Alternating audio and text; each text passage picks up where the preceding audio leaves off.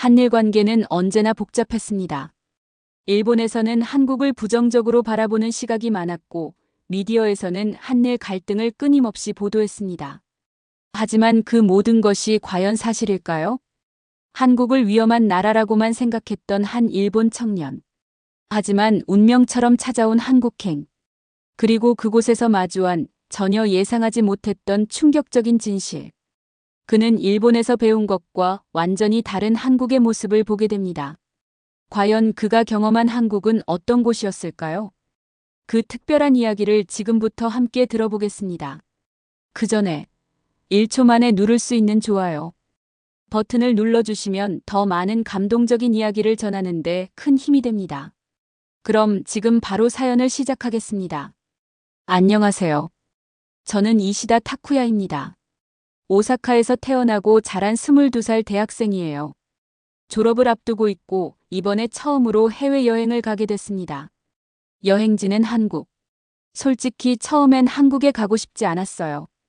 뉴스에서는 한일 관계가 최악이라는 말만 들렸고 인터넷에서도 한국에서 일본인을 싫어한다는 글이 많았거든요.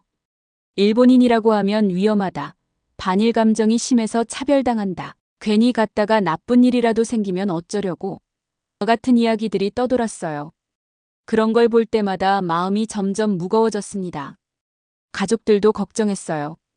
특히 할아버지께서는 강하게 반대하셨죠. 한국 같은 데는 왜 가려고 하느냐. 할아버지는 매일 아침 뉴스만 보시면 한국 이야기를 하셨어요.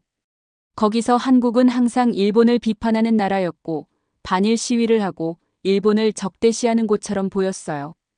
어떤 날은 한숨을 쉬시면서 그러셨습니다. 봐라, 저 나라 사람들은 원래 저렇다니까. 저는 어릴 때부터 그런 말을 듣고 자랐어요. 한국은 일본을 싫어한다. 반일 감정이 심해서 일본인을 차별한다. 우리가 잘못한 게 없어도 한국은 항상 트집을 잡는다. 이런 말들을 계속 듣다 보니 한국에 대해서 자연스럽게 거리감을 느끼게 됐어요. 그런데 대학에 들어오면서 생각이 조금씩 바뀌기 시작했습니다. 어느 날 친구가 BTS 노래를 추천해줬어요. 별 기대 없이 들어봤는데 이상하게 가슴이 두근거렸습니다. 감성적인 멜로디와 가사가 마음을 울렸어요.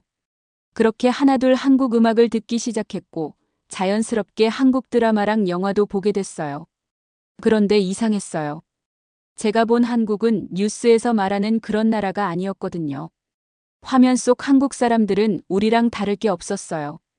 가족을 사랑하고 친구들과 웃고 때로는 고민하며 살아가는 모습이 일본과 크게 다르지 않았어요. 그런데도 저는 할아버지 앞에서 한국 이야기를 꺼낼 수 없었어요. 혹시라도 핸드폰을 보시다가 제가 듣던 K-팝이 나오면 급하게 음악을 멈추고 다른 노래를 틀었어요. 드라마를 볼 때도 이어폰을 끼고 소리를 최대한 줄였죠. 나는 한국을 좋아하면 안 되는 걸까? 그러던 어느 날 어머니께서 제 방에 오셨습니다. 타쿠야, 너 한국에 관심 있지? 순간 가슴이 철렁 내려앉았어요. 들킨 걸까요? 그런데 어머니는 조용히 웃으며 말씀하셨습니다. 엄마도 사실 예전에 한국에 가보고 싶었어. 하지만 내 할아버지가 반대하셔서 포기했지. 놀랐어요. 어머니도 같은 마음이었단 말인가요? 예전에는 한국이 위험한 곳이라고 들었지만 지금은 다르잖아. 내가 직접 가보고 경험하는 것도 좋을 거야. 그 말을 듣고 저는 결심했어요. 뉴스나 인터넷 글만 보고 한국을 판단하는 게 아니라 직접 가서 제 눈으로 확인해 보기로요. 출발 전날 밤 저는 한국에 대해 찾아봤어요. 처음에는 혹시라도 위험한 곳이 아닌지 확인하려고 했는데 보다 보니 생각이 달라졌습니다. 한국은 제가 생각했던 것보다 훨씬 발전한 나라였어요. 최신식 건물, 편리한 대중교통 시스템, 깨끗한 거리까지. 일본보다 더 앞서 있는 부분도 많았어요. 유튜브에서 본 서울은 마치 미래 도시 같았습니다. 이게 정말 내가 알고 있던 한국이 맞아? 한편으로는 여전히 불안했어요. 일본인이라는 이유로 나쁜 대우를 받으면 어쩌죠? 뉴스에서 봤던 반일 시위를 직접 마주하면 어떻게 해야 할까요? 그 생각을 하면서 밤새 뒤척이다 겨우 잠이 들었습니다. 출발하는 날 아침, 할아버지께는 친구들이랑 단체 여행을 간다고만 말씀드렸어요. 한국에 간다고 하면 말도 안 된다며 크게 화를 내실 게 뻔했으니까요. 공항에서 마지막으로 어머니께 인사를 드릴 때 어머니는 작은 물건을 제 손에 쥐어주셨습니다. 이거 가져가. 작은 부적이었어요. 무슨 일이 있으면 꼭 연락하고 항상 조심해. 어머니의 걱정스러운 눈빛을 보면서 저는 고개를 끄덕였어요. 그리고 가방을 메고 출국 심사대로 향했습니다. 비행기에 올라타고 창밖을 바라봤어요. 익숙한 오사카의 풍경이 점점 멀어졌습니다. 이제 직접 확인하러 간다. 비행기는 순조롭게 한국으로 향했어요. 창밖을 보다 보니 어느새 인천공항이 보였습니다. 저는 속으로 깊이 숨을 들이마셨습니다. 드디어 도착했다. 입국장을 나서는 순간 저는 또 한 번 놀랐어요. 이게 공항이라고? 눈앞에 펼쳐진 광경은 상상 이상이었습니다. 엄청나게 넓은 대합실, 곳곳에 배치된 디지털 안내판, 자동화된 시스템. 일본의 나리타 공항이 오래된 기차역처럼 느껴질 정도였어요. 입국 심사도 예상보다 훨씬 빨랐습니다. 일본에서는 입국할 때마다 긴 줄을 서고 복잡한 절차를 거쳐야 하는데 여기는 모든 것이 신속하고 체계적이었어요. 공항을 빠져나오자 스마트 안내 로봇이 여행객을 맞이하고 있었습니다. 영어, 중국어, 일본어까지 지원하며 관광객을 돕고 있었어요. 저는 자연스럽게 주위를 둘러봤어요. 혹시라도 사람들이 저를 보고 불편한 시선을 보내지 않을까 걱정됐거든요. 그런데 아무도 신경 쓰지 않았어요. 오히려 다들 각자 할 일에 바쁜 듯 보였습니다. 공항철도를 타러 가는 길에 가이드가 설명했어요. 여기서는 하나의 교통카드로 버스, 지하철, 택시까지 이용할 수 있어요. 저는 깜짝 놀랐습니다. 한 장의 카드로 모든 대중교통을 이용할 수 있다고요? 일본에서는 철도 회사마다 다른 교통카드를 써야 하고 버스나 택시는 또 별도의 결제가 필요하거든요. 한국은 모든 걸 통합해서 하나의 시스템으로 운영하고 있었어요. 이런 게 가능하다니 일본보다 훨씬 편리하잖아. 공항철도를 타고 창밖을 바라봤어요. 높은 빌딩과 깔끔한 도로가 시야에 들어왔습니다. 이곳이 내가 알고 있던 한국이 맞아? 그 순간 저는 깨달았어요. 내가 알고 있던 한국은 진짜 한국이 아니었어요. 공항철도를 타고 서울 시내로 가는 동안 창밖을 바라보며 생각에 잠겼어요. 고층 빌딩들이 늘어선 풍경이 계속 지나갔고 도로에는 수많은 차들이 줄지어 달리고 있었어요. 도쿄나 오사카에서 보던 도시의 모습과 크게 다르지 않았습니다. 아니, 어쩌면 더 세련되고 현대적인 느낌이 들었어요. 한국이 이렇게 발전한 나라였나? 솔직히 말하면 일본에 있을 때는 한국이 일본보다 덜 발전한 나라라고 생각했어요. 뉴스에서도 인터넷에서도 일본이 더 앞서 있다고 말하는 걸 많이 봤거든요. 그런데 지금 내 눈앞에 펼쳐진 한국은 달랐어요. 깨끗한 거리, 잘 정비된 도로, 현대적인 건물들. 공항철도 안도 조용하고 쾌적했어요. 가이드는 한국의 대중교통 시스템에 대해 설명했어요. 한국에서는 교통카드 하나만 있으면 지하철, 버스, 심지어 택시까지 이용할 수 있어요. 저는 깜짝 놀랐습니다. 한 장의 카드로 다 된다고요? 일본에서는 JR 패스, 오사카 메트로 패스, 도쿄 메트로 패스, 버스 패스 등 지역별, 회사별로 다른 교통카드를 써야 했어요. 이걸 헷갈려서 잘못 쓰면 벌금을 내거나 다시 표를 사야 했죠. 그런데 한국은 단 한 장의 카드로 전국 어디에서나 사용할 수 있다니. 저는 그게 믿기지 않았어요. 이게 정말 가능해? 일본보다 훨씬 편리하잖아. 그동안 아무도 이런 걸 일본에서는 불편하다고 생각하지 않았어요.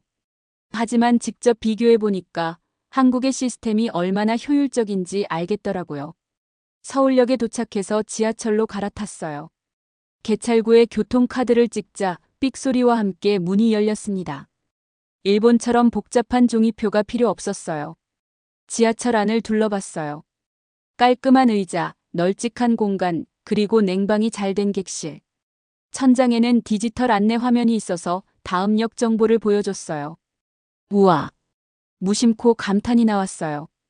일본에서는 아직도 오래된 전광판을 쓰는 곳이 많아요. 지하철 노선도도 종이에 프린트된 걸 붙여놓는 경우가 많고요. 그런데 여기서는 전광판이 아니라 디지털 화면이었어요. 다음 역 환승정보, 열차 도착 시각까지 정확하게 표시됐어요. 무엇보다 신기했던 건 핸드폰 충전기와 무료 와이파이였어요. 지하철에서 와이파이가 된다고? 일본에서는 생각도 못할 일이에요. 일본 지하철에서는 데이터가 잘 터지지 않고 심지어 몇몇 역에서는 전화도 안 돼요. 그런데 한국에서는 지하철에서 와이파이가 무료라니. 잠시 주위를 둘러봤어요. 한국 사람들은 대부분 핸드폰을 보고 있었어요. 인터넷이 잘 되니까 그런 거겠죠. 하지만 놀라운 건 따로 있었어요. 임산부 배려석이 비어 있었어요. 이게 뭐지? 일본에서는 임산부 배려석에 사람이 앉아 있는 경우가 많아요. 임산부 마크를 달고 있어도 눈치를 줘서 쉽게 자리를 양보받지 못하는 경우도 많고요. 그런데 여기선 아무도 그 자리에 앉지 않고 있었어요. 가이드에게 물어봤어요. 한국에서는 임산부 배려석을 비워두나요? 가이드가 고개를 끄덕였어요. 네, 원칙적으로 비워두는 게 일반적이에요. 한국에서는 시민의식이 발전하면서 자연스럽게 자리 양보 문화가 정착됐어요. 그 말을 듣는데 조금 부끄러웠어요. 일본에서는 아무도 신경 쓰지 않는 부분이었는데 한국에서는 이런 작은 배려까지 자연스럽게 이루어지고 있다는 게 신기했어요. 숙소에 도착한 후 짐을 풀고 밖으로 나왔어요. 서울 거리를 걸으면서 다시 한번 놀랐어요. 거리가 이렇게 깨끗하다고? 솔직히 일본에서는 한국이 길거리가 지저분하다는 이야기를 많이 들었어요. 그런데 직접 와보니까 쓰레기가 거의 보이지 않았어요. 도로도 깨끗했고 인도에는 가로수가 정돈되어 있었어요. 그리고 또 하나 신기했던 점. 쓰레기통이 거의 없는데 거리는 깨끗하네. 일본에서는 공공장소마다 쓰레기통이 있어서 사람들이 쉽게 버릴 수 있는데 한국에서는 길거리에 쓰레기통이 별로 없었어요. 그런데도 사람들이 쓰레기를 함부로 버리지 않으니까 거리가 깨끗했어요. 그 순간 할아버지 말씀이 떠올랐어요. 한국은 일본보다 모든 게 부족하고 지저분하고 질서가 없다고. 그게 전부 거짓이었다는 걸 깨달았어요. 저녁이 되자 우리는 한식당으로 향했어요. 가이드가 추천한 곳이었는데 한식을 제대로 맛볼 수 있는 곳이라고 했어요. 식당에 들어가자마자 밑반찬이 한가득 나왔어요. 김치, 나물, 장아찌, 두부조림, 감자볶음까지. 일본에서는 절대 볼 수 없는 광경이었어요. 이게 다 기본 반찬이라고요? 네, 한국에서는 메인 요리 외에도 밑반찬이 무료로 나와요. 그리고 부족하면 리필도 가능해요. 리필까지요? 일본에서는 기본 반찬도 추가하려면 돈을 내야 해요. 그런데 여기는 공짜라고요?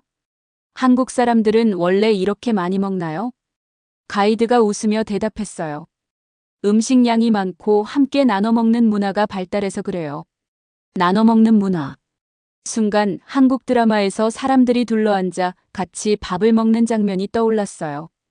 일본에서는 개인 접시에 덜어 먹는 문화가 익숙한데 한국에서는 함께 나눠 먹는 것이 자연스러웠어요.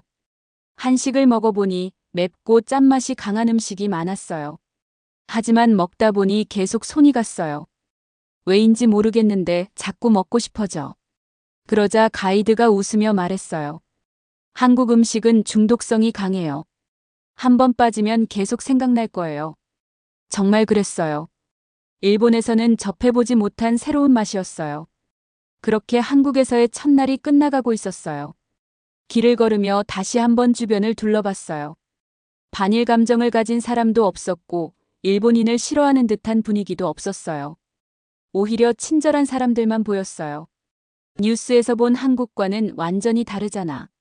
아니, 어쩌면 뉴스에서 말했던 것들이 전부 거짓이었을지도 몰라요. 할아버지가 매일 아침 보시던 그 뉴스 속 위험한 한국은 어디에도 없었어요. 서울에서의 첫날이 끝나고 다음날 아침이 밝았습니다.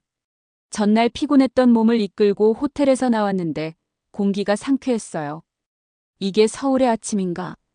출근 시간이라 그런지 거리에는 정장을 입은 직장인들과 등교하는 학생들로 북적였어요. 그런데 한 가지 이상한 점이 있었어요. 사람들이 줄을 서서 버스를 타고 있었거든요. 정말 줄을 서서 타네. 일본에서도 버스를 탈 때 줄을 서지만 사람들이 몰려 있을 때는 새치기가 종종 일어나요. 그런데 여기는 정말 질서정연하게 줄을 서고 있었어요. 가이드를 보며 물어봤습니다. 한국에서는 다들 줄을 서서 타나요? 가이드는 고개를 끄덕였어요. 네, 한국에서는 줄을 서는 게 기본이에요. 질서의식이 강해서요. 그런데 뉴스에서는 한국이 질서가 없다고 했는데. 가이드는 피식 웃으며 말했어요. 뉴스에서 보는 것과 직접 경험하는 건 다를 수밖에 없죠. 그 말이 머릿속에서 계속 맴돌았어요. 오늘 일정은 경복궁 방문이었어요. 서울의 중심에 있다는 조선 왕조의 궁궐. 한국 드라마에서 자주 보긴 했지만 직접 가본 적은 없었어요. 버스를 타고 경복궁 근처에 도착했는데 예상보다 훨씬 규모가 컸어요. 입구에서 가이드가 설명해줬어요.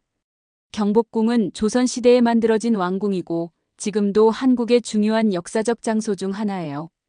안으로 들어서자 웅장한 건축물이 눈앞에 펼쳐졌어요. 이게 다 조선시대 때 만들어진 건가요? 네, 하지만 원래 모습은 아니에요. 일본이 한반도를 강제 점령하면서 건물 대부분을 철거했거든요. 지금 보이는 건 복원된 모습이에요. 순간 머릿속이 복잡해졌어요. 일본이 철거했다고요? 네, 일제강점기 때 일본은 경복궁의 건물들을 철거하고 그 자리에 총독부를 세웠어요. 그 말을 듣는 순간 숨이 턱 막혔어요. 그런데 일본에서는 그런 이야기를 안 배웠는데요. 가이드가 조용히 웃으며 말했어요. 일본 교과서에서는 이런 이야기가 거의 나오지 않죠. 가이드의 말이 계속 머릿속에 남았어요. 일본에서는 한국이 일본과 싸워 독립했다고 배우긴 했지만 일본이 한국의 왕궁을 철거했다는 이야기는 들어본 적이 없었어요. 경복궁 안쪽으로 들어가면서 가이드는 우리를 한 건물 앞으로 안내했어요. 여기가 바로 경회로입니다. 이곳에서 조선 왕들은 외교 사절을 접견하고 중요한 행사를 열었죠. 아름다운 연못 위에 세워진 목조 건물이었어요. 일본의 성과는 전혀 다른 느낌이었어요. 그런데 가이드가 갑자기 목소리를 낮췄어요. 그리고 이곳에서 일본이 한국의 왕비를 시해한 사건이 벌어졌습니다. 네. 혹시 명성황후 시해 사건이라고 들어보셨나요? 나는 고개를 저었어요. 처음 듣는 이야기였어요. 1895년 일본군이 경복궁에 난입해서 한국의 왕비였던 명성황후를 살해했습니다. 그녀는 러시아와의 외교를 통해 일본의 영향력을 견제하려고 했어요. 그런데 일본은 이를 위협으로 생각했고 결국 일본군과 낭인들이 왕비를 죽이고 시신을 불태웠습니다. 믿을 수 없었어요. 그런데 일본에서는 그런 걸 안 배우는데요. 그렇겠죠. 일본에서는 이 사건을 조선 내부의 권력 다툼 정도로 가르치거나 아예 언급하지 않아요. 머리가 하얘졌어요. 왕비를 살해하고 시신까지 불태웠다고? 일본은 늘 한국을 반일 감정이 심한 나라라고 했어요. 하지만 만약 내가 한국인이었다면 일본에 대한 감정이 좋을 수 있을까요? 경복궁의 아름다운 단청을 바라보면서 이상하게도 마음이 무거워졌어요. 그 후 우리는 근정전으로 이동했어요. 근정전 앞에서 가이드는 다시 설명을 시작했어요. 이곳에서 조선 왕들은 공식적인 국가 행사와 회의를 했어요. 하지만 일제강점기 때 일본은 이곳을 강제로 점령했죠. 그럼 한국의 왕은 어떻게 됐나요? 강제 퇴위당했습니다. 그리고 일본으로 끌려갔어요. 가이드의 말이 끝나자 한동안 아무도 말을 하지 않았어요. 가이드가 마지막으로 덧붙였어요. 일본이 한국을 식민지로 삼았던 시기는 불과 35년이었어요. 하지만 그 짧은 시간 동안 한국의 역사와 문화는 엄청난 피해를 입었습니다. 나는 근정전 앞 넓은 마당을 바라봤어요. 그리고 그 뒤로 보이는 서울의 현대적인 빌딩들도 보였어요. 과거와 현재가 공존하는 느낌이네. 그 순간 나는 한국이 왜 역사 문제에 그렇게 민감한지 조금은 이해할 수 있을 것 같았어요. 그날 밤 숙소로 돌아와 침대에 누웠어요. 머릿속이 복잡했어요. 일본에서는 한국이 역사 문제로 일본을 계속 비판한다고만 가르쳤어요. 하지만 내가 직접 들어본 이야기들은 일본에서 배운 것과 달랐어요. 일본이 한국에 그렇게까지 했다고? 경복궁에서 본 것들이 계속 떠올랐어요. 할아버지는 늘 한국이 일본을 싫어한다고 하셨죠. 그런데 만약 우리나라 왕비가 외국인들에게 살해당했다면? 우리나라 왕이 강제로 퇴위당하고 나라를 빼앗겼다면 그럼 나도 한국인들처럼 분노하지 않았을까? 처음으로 나는 한국의 입장에서 생각해보게 됐어요. 한국에서의 마지막 날이 밝았어요. 일어나자마자 창밖을 바라봤어요. 며칠 동안 머물렀던 이곳, 이제 곧 떠나야 한다고 생각하니 이상하게도 아쉬운 마음이 들었어요. 처음 왔을 땐 무서웠는데 이제는 정이 들어버렸네. 오늘은 자유일정이었어요. 저는 어제 롯데월드에서 만난 한국인 친구들과 다시 만나기로 했어요. 놀이공원에서 일본 애니메이션과 게임 이야기로 금방 친해졌고 서로 연락처를 주고받았거든요. 솔직히 처음에는 걱정됐어요. 한국에서는 일본인을 싫어한다는 말을 수도 없이 들었으니까요. 하지만 막상 한국에서 지내보니 그런 시선은 전혀 없었어요. 오히려 반갑게 맞아주고 궁금한 것들을 친절하게 설명해줬어요. 그 친구들과 함께 홍대에서 만나기로 했어요. 홍대 거리는 정말 활기찼어요. 거리 곳곳에서 음악이 흘러나오고 버스킹 공연을 하는 사람들도 있었어요. 한국 젊은이들은 정말 자유롭구나. 일본에서는 사람들이 길에서 크게 웃거나 노래하는 일이 잘 없어요. 그런데 여기서는 모두가 즐겁게 웃고 신나게 춤추고 있었어요. 친구들과 카페에 들어가서 이야기를 나눴어요. 한국에서 지내면서 느낀 점을 솔직하게 말했어요. 솔직히 처음엔 좀 무서웠어요. 일본인이라고 하면 차별받을까봐 걱정됐거든요. 그러자 친구들이 웃으며 말했어요. 에이, 그런 걱정 안 해도 돼요. 한국에서는 일본인이라고 차별하는 사람 거의 없어요. 맞아요. 저도 일본에 가보고 싶어요. 오사카에서 타코야키 먹어보고 싶어요. 저는 순간 당황했어요. 뉴스에서는 한국 사람들이 일본을 싫어한다고 했는데 현실은 완전히 달랐어요. 그럼 인터넷에서 봤던 말들은 전부 거짓이었어요? 인터넷은 과장된 말도 많아요. 정치 문제랑 실제 사람들의 감정은 다르니까요. 그 말을 듣고 다시 한번 깨달았어요. 내가 알고 있던 한국은 진짜 한국이 아니었구나. 카페에서 나와 거리를 걷다가 작은 서점에 들렀어요. 친구가 한국어 책을 하나 추천해줬어요. 이거 읽으면 한국어 공부하기 좋아요. 책을 받아들고 표지를 보는데 순간 머릿속을 스치는 생각이 있었어요. 내가 더 한국어를 잘할 수 있다면 한국 사람들과 더 많은 이야기를 나눌 수 있을 텐데. 지금까지는 일본어를 할 줄 아는 한국인들이 먼저 다가와 줬어요. 하지만 내가 한국어를 더 잘하면 내가 먼저 다가가서 대화를 나눌 수도 있잖아요. 그렇게 생각하니 한국어를 더 배우고 싶어졌어요. 다음에 다시 오면 더 자연스럽게 이야기하고 싶다. 그렇게 작은 다짐을 하면서 책을 샀어요. 한국에서 마지막 저녁 친구들과 한강에 갔어요. 한강공원은 생각보다 훨씬 넓었어요. 많은 사람들이 잔디밭에 돗자리를 깔고 앉아 있었어요. 이런 풍경, 일본에서는 볼 수 없는데. 한강 편의점에서 삼각김밥과 라면을 사서 같이 먹었어요. 따뜻한 국물을 한 입 마시는데 이상하게 마음이 편안해졌어요. 이제 한국이 익숙해졌네. 처음 왔을 때는 모든 게 낯설었어요. 한국어 간판도 어렵고 지하철 노선도 복잡하게 보였어요. 하지만 이제는 익숙해졌어요. 여기서 조금 더 지내고 싶다. 그런데 현실은 그렇지 못했어요. 내일이면 일본으로 돌아가야 했어요. 한국에서의 마지막 밤 숙소로 돌아와 가방을 정리했어요. 옷을 개다가 여행 첫날 어머니가 주신 부적이 눈에 띄었어요. 이제 이걸 안 가져와도 되지 않을까? 처음에는 혹시라도 위험한 일이 생기면 어쩌지 하는 불안감 때문에 이걸 꼭 챙겨야 한다고 생각했어요. 하지만 한국에서 지내면서 그런 걱정이 사라졌어요. 할아버지가 매일 아침 보시던 뉴스 속 위험한 한국은 어디에도 없었어요. 비행기를 타고 일본으로 돌아오는 길 창밖을 바라봤어요. 한국에서 보낸 시간은 짧았지만 제 인생에서 가장 큰 변화를 준 시간이었어요. 한국은 일본을 싫어하는 나라가 아니야. 그리고 일본보다 발전된 부분도 많아. 우리는 생각보다 닮은 점이 많아. 이제는 확신할 수 있었어요. 언젠가 다시 한국에 올 거예요. 그때는 더 많은 한국어를 배워서 한국 친구들과 자연스럽게 이야기하고 싶어요. 다음엔 교환학생으로 와볼까? 그렇게 생각하며 비행기는 일본으로 날아갔어요. 집에 돌아온 후 할아버지와 함께 TV를 보고 있었어요. 그때 뉴스 속보가 떴어요. 난카이 대지진 가능성 증가. 일본 각지에서 대규모 지진 대비 필요. 할아버지는 깊은 한숨을 쉬며 말했어요. 일본은 앞으로 어떻게 될까? 그 말을 듣고 저는 무심코 말했어요. 한국에서는 지진 걱정을 안 해도 된대요.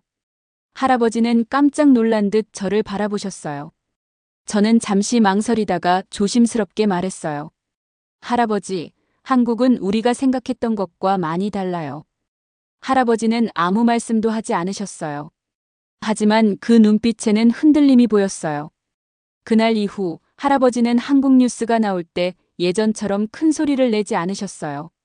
한국에서 보낸 며칠은 저에게 많은 걸 깨닫게 해줬어요. 우리는 서로를 잘 모르면서도 너무 많은 선입견을 가지고 있었어요. 하지만 직접 경험해보니 그건 전부 잘못된 편견이었어요. 나는 한국을 좋아해요. 이제는 자신있게 말할 수 있어요. 앞으로 한국과 일본이 더 가까워질 수 있도록 제가 작은 다리가 되고 싶어요. 그리고 언젠가 다시 한국에 오고 싶어요. 한강에서 치맥도 해보고 한국 친구들과 노래방에서 신나게 노래도 부르고 싶어요. 그날을 기대하면서 저는 다시 한국어 공부를 시작했어요. 그리고 이 이야기가 감동적이었다면 주변 사람들과 함께 나누고 이야기해보세요. 직접 경험해보지 않으면 알 수 없는 진짜 한국의 모습, 그리고 편견을 넘어선 변화. 여러분이라면 어떻게 행동했을까요? 마지막으로 1초밖에 걸리지 않는 구독과 좋아요, 알림 설정은 저희가 더 많은 감동적인 이야기들을 전하는데 큰 힘이 됩니다. 지금까지 감동을 담아 여러분께 전하는 마음 따뜻 튜브였습니다. 오늘 하루도 행복한 하루 보내세요.